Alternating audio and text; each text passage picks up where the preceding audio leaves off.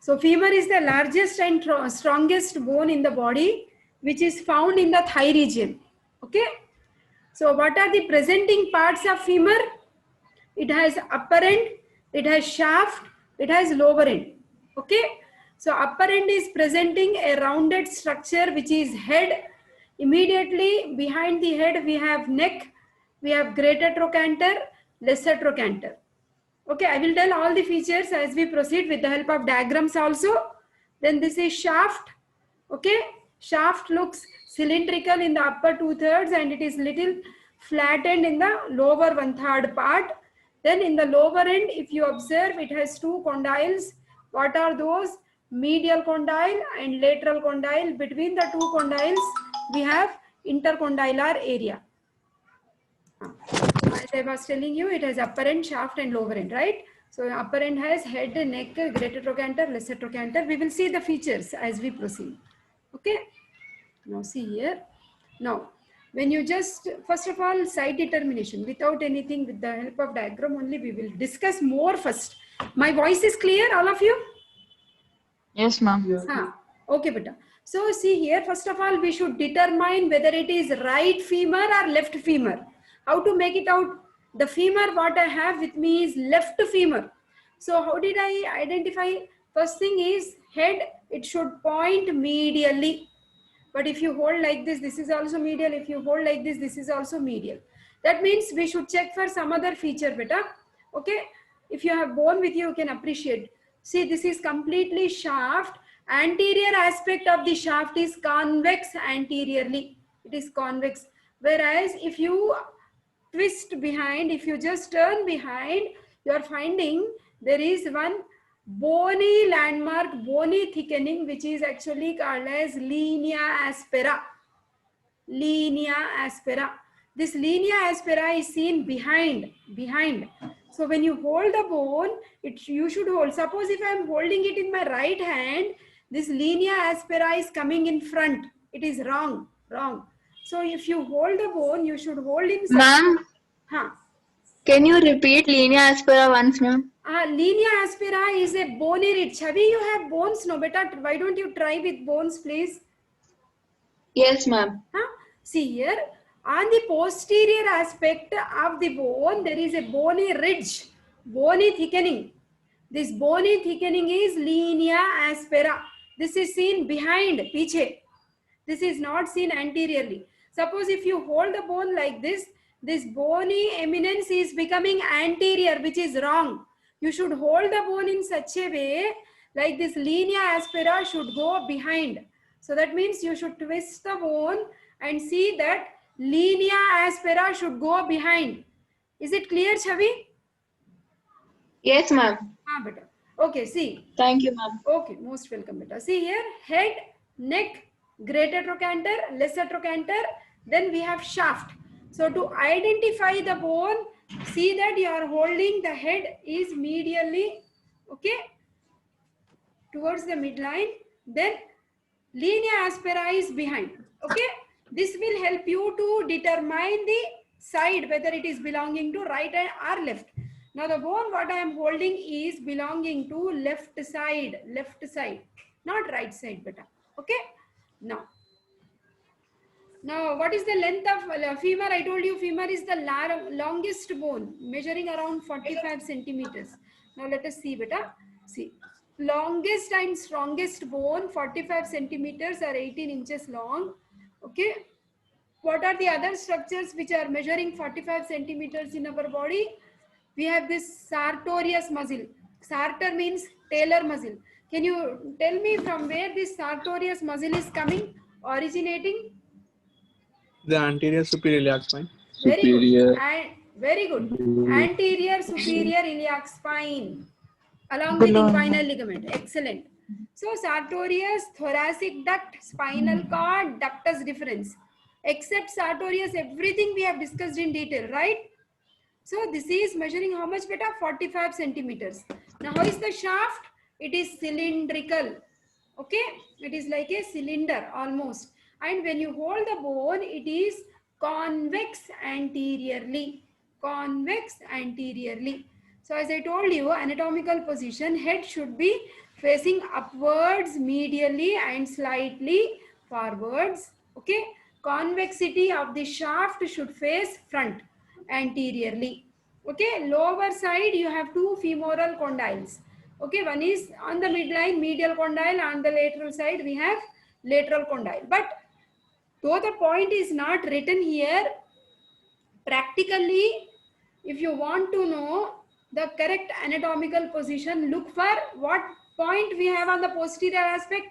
What is this bony ridge? Linea aspera. Very good, linea aspera. Check for linea aspera. That should be behind. That will help you to identify the side, whether it belongs to right side or left side button. Okay. No. Before, okay. So many points are written, but diagram is very clear. You need not read, first try to understand. See, this is the head of the femur. So head of the femur is round. It is covered with hyaline cartilage, also called as articular cartilage. It is forming 2/3 of the spear. When you look at the head, the middle of the head is showing a depression which is called as fovea centralis. What is the name given? Fovea centralis. Okay, where we have ligament of the head of the femur attached. This ligament is also called as ligamentum teres. I will tell you with the help of diagrams. Don't worry for now. So, where is this head articulating? To the acetabulum of To the acetabulum. What is the joint formed here? What is the name of the joint? Ball Hip and joint. socket. hip Ball joint. and socket. Very good. Hip joint. Very good. Okay. Now, so this is head beta, and immediately below the head, whatever this area is there, you call it as neck. Okay. Then, now, see here, this is from the posterior aspect what I am holding also. See, this is the greater trochanter and this is the lesser trochanter. Okay. So, in between, we have the intertrochanteric crest. Behind we will have, in front we have intertrochanteric line. Okay. Now see here. Now when you talk about neck, now what are we finding in the neck beta? Suppose this is the upper border, then this is the lower border. Okay, this is the lower border. And the surface which you see from front is anterior surface. Excuse me. The surface what you see from behind is the posterior surface. Okay. So the upper end, what is written here? It is having head, neck, greater trochanter, lesser trochanter. Okay. The greater and lesser trochanter, in front we have the intertrochanteric line, behind we have the intertrochanteric crest. Okay. Then see here, head, neck, then intertrochanteric line and intertrochanteric crest. So head is like hemisphere, isn't it? So we know it is covered with hyaline cartilage, and in the center we have a depression which is called as fovea. Okay. Now, this is neck. The length of neck is, it is 5 centimeters long. Okay. The direction is upwards, medially and forwards. Okay. See, it is like this button. Then, so this is, if you see from the, of course, this is the posterior aspect of the neck. But when you see from the front, you call it as anterior surface. When you see from behind, you call it as posterior surface. Okay, retinacular fibers, I will show you in another picture. You need not worry much. Now just you try to check this neck shaft angle. See here, this is neck and this is shaft. So neck and shaft angle is ranging from 125 to 135 degrees.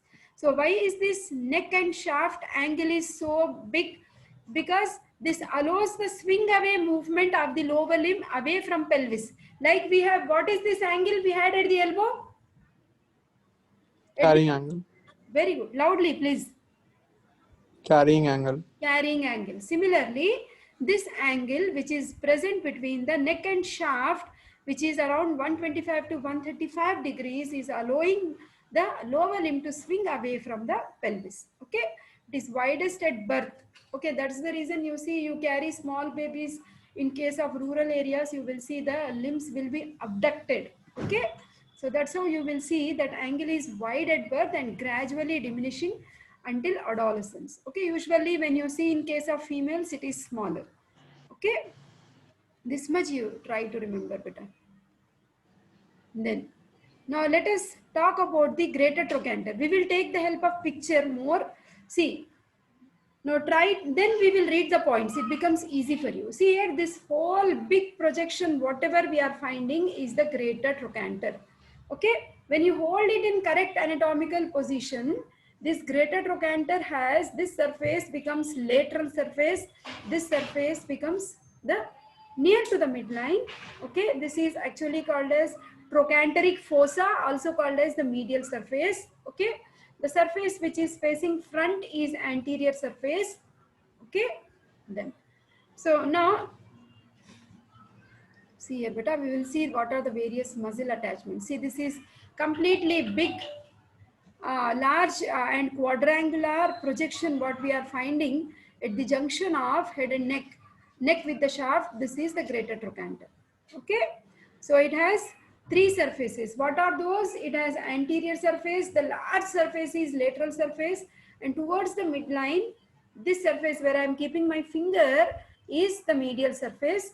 Okay, that means this is medial, front is anterior, and on the away from the midline is lateral surface. Okay, then it has two borders. This border above is upper border. Okay, and the border which is below is lower border. Okay, then anterior surface is receiving the insertion of, you can see this is the anterior surface beta. You are finding when muscle is coming and getting inserted, that is gluteus minimus. Now you should tell me the origin of gluteus minimus. From the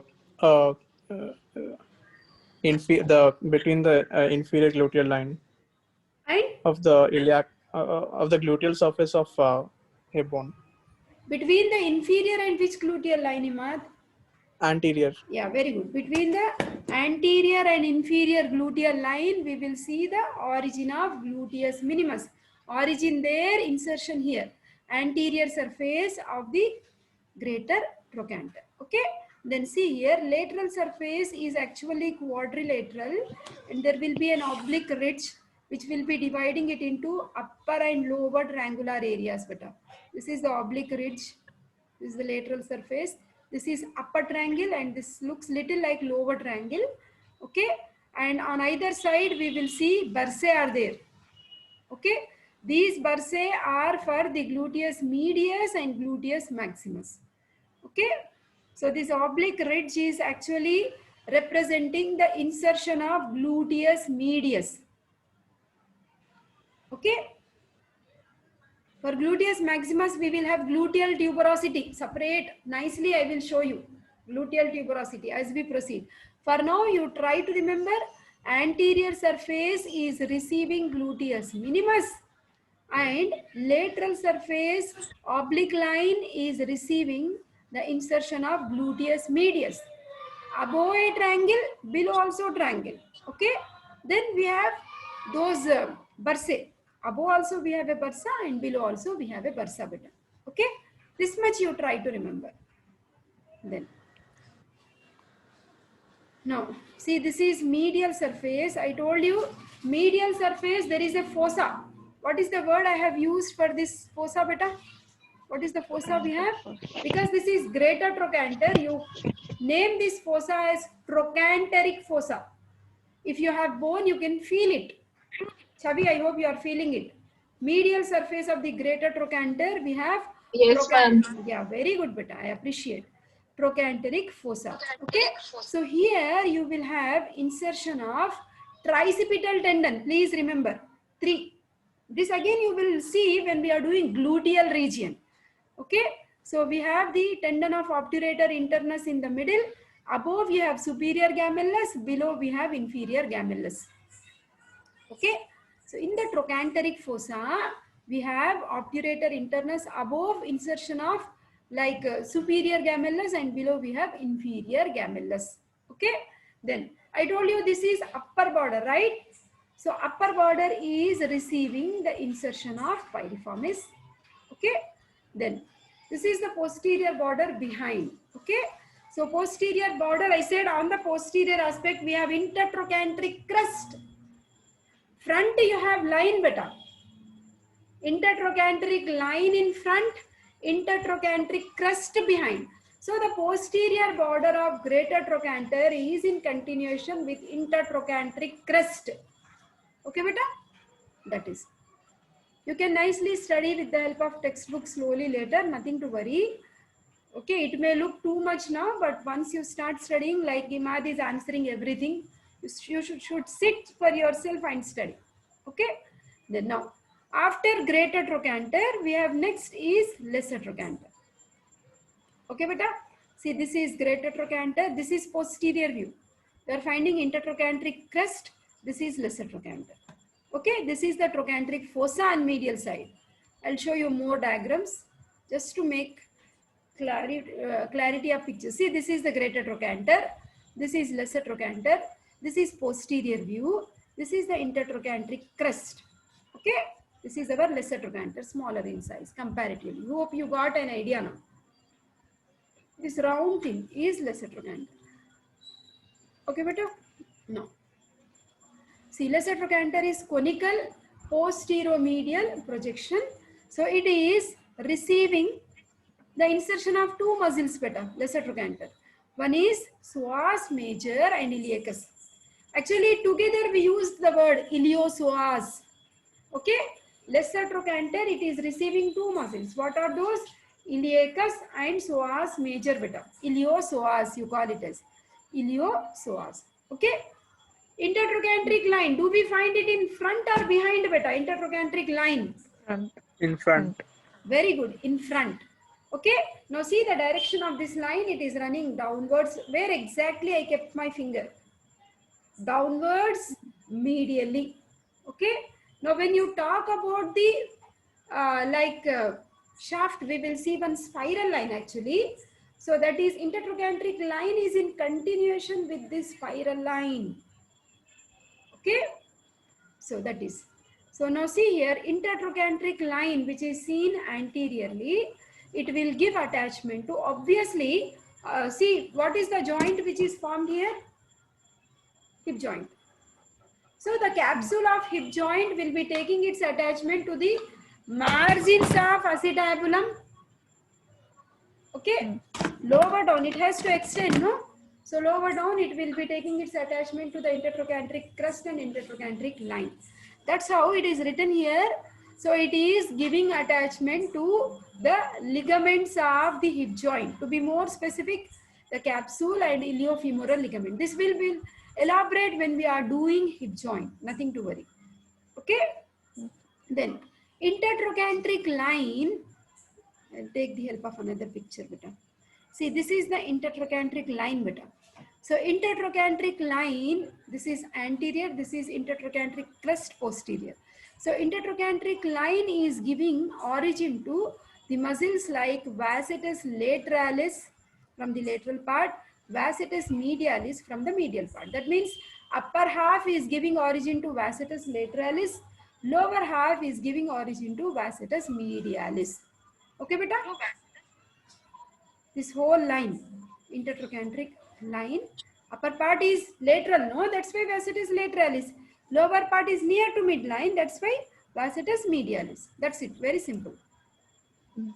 Okay, so behind, when you just check, we have the intertrochanteric crest. Okay, then. So here we have, this is actually just below the intertrochanteric crest, we have a tuberosity like this. This is posterior view. Okay, the intertrochanteric crest, below this we have gluteal tuberosity. That means just below the intertrochanteric crest, we will see the insertion of gluteus maximus. The gluteus maximus insertion is quite big and the action is also very strong because of its repeated movement of the gluteus maximus. You will see the bony markings are produced because of the gluteus maximus, which is given a special name, that is gluteal tuberosity, which is seen below the intertrochanteric crest. Okay, now when you observe, this is greater trochanter, lesser trochanter. In between you have this intertrochanteric crest. Here you will find there is one elevation which is actually called as quadrate tubercle. Okay, the name of the tubercle is quadrate tubercle. Quadrate tubercle. So this quadrate tubercle is so named because it gives insertion to quadratus femoris. Quadratus femoris. We need not worry about the capsule of hip joint now. Exclusively I will discuss. Don't worry. Okay. For now, I want you to remember the greater trochanter, lesser trochanter, intertrochanteric crest behind, intertrochanteric line in front. Greater trochanter, I told you anteriorly it is receiving the insertion of gluteus minimus. Posteriorly, we have gluteus medius, above which you have a triangular area, below which you have a triangular area for the bursa of medius and minimus, maximus, sorry. Now, when you see from behind, I said we have intertrochanteric crest, no beta? Below intertrochanteric crest, try to remember gluteal tuberosity. Gluteal tuberosity is receiving the insertion of gluteus maximus. Okay, and this is our quadrate tubercle. Quadrate tubercle is receiving the insertion of quadratus femoris. I told you this is trochanteric fossa on the medial side of the greater trochanter where we have tricipital tendon, obturator internus, superior gemellus, inferior gemellus. Isn't it beta? Tricipital tendon. In between you have obturator internus, above superior gemellus, below inferior gemellus. Okay. Sit nicely, cool, calm and read for yourself today itself. Otherwise you will forget everything. Okay beta? So these are the simple attachments. Revise once you will understand. Now coming to the, I was talking about linea aspera. No, Hema, this is linea aspera. This is which aspect? Posterior aspect. The thickened ridge, what you see on the posterior aspect of the bone is linea aspera. Now, if you observe linea aspera is diverging superiorly, it's also diverging inferiorly. Okay, the diversion, what you see superiorly, this is lateral diversion beta. Okay, lateral diversion is nothing but gluteal tuberosity. What muscle is getting inserted in gluteal tuberosity, Hema? Gluteus maximus, ma'am. Gluteus maximus. Okay, this is the medial diversion beta. I was talking about spiral line, which is in continuation with intertrochanteric line, I said. Trace your finger, intertrochanteric line. Then come to posterior aspect. Okay, this medial diversion of the linea aspera is nothing but spiral line. That means this is the spiral line beta. This is spiral line. This is gluteal tuberosity. This is linea aspera. Linea aspera will have two lips. Very simple. What may be the two lips beta near to the midline? Medial lip, Excellent. Away from midline? lateral lip. Very good. So it has medial lip and lateral lip. Now when you go down, see here again it is diverging, right? Okay. Here it forms supracondylar lines beta. See, this is head, no? So this is medial supracondylar line. This is lateral supracondylar line. Okay. So inferiorly, linea aspera is diverging to form lateral supracondylar line and medial supracondylar line. Between the two supracondylar lines, we have popliteal surface of femur. This is posterior aspect. What surface of the femur do we have here? We can palpate because there are no muscles there. Popliteal fossa behind the knee joint. What is the name of this surface between the lateral and medial supracondylar lines? Popliteal surface. Is that clear? Yes. Hima? Yes. Very good. Imad. Okay, so this is linea aspera. This is spiral line medially, gluteal tuberosity laterally. These are the superior extensions of linea aspera. The middle one third of the linea aspera, it has medial lip, lateral lip. Lower part of the linea aspera is again diverging to form medial. Towards head is medial supracondylar line. Away from head is lateral supracondylar line. Between the two supracondylar lines, we have the popliteal surface of the femur, which is triangular. Okay, is it clear beta? Now coming to the surfaces and borders of femur. These are all arbitrary. What do you mean by arbitrary? That means you cannot so much clearly delineate them as you can clearly appreciate only linea aspera. Linea aspera is very clear, beta. Other than that, whatever borders see, you say if you are holding this bone in midline, exactly. I told you this is left femur. So near to the midline, what may be the name of this border, beta? Middle border. Very good. So we have medial border.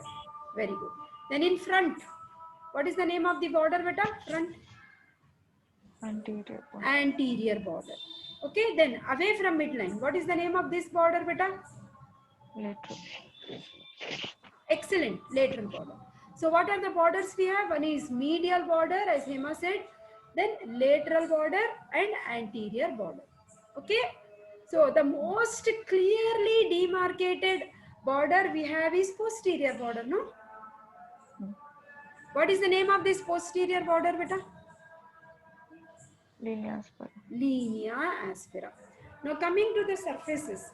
Now between the medial and lateral borders, whatever surface we have, between the medial and lateral border, the surface what we have is anterior surface. Between the medial border and the linea aspera, whatever surface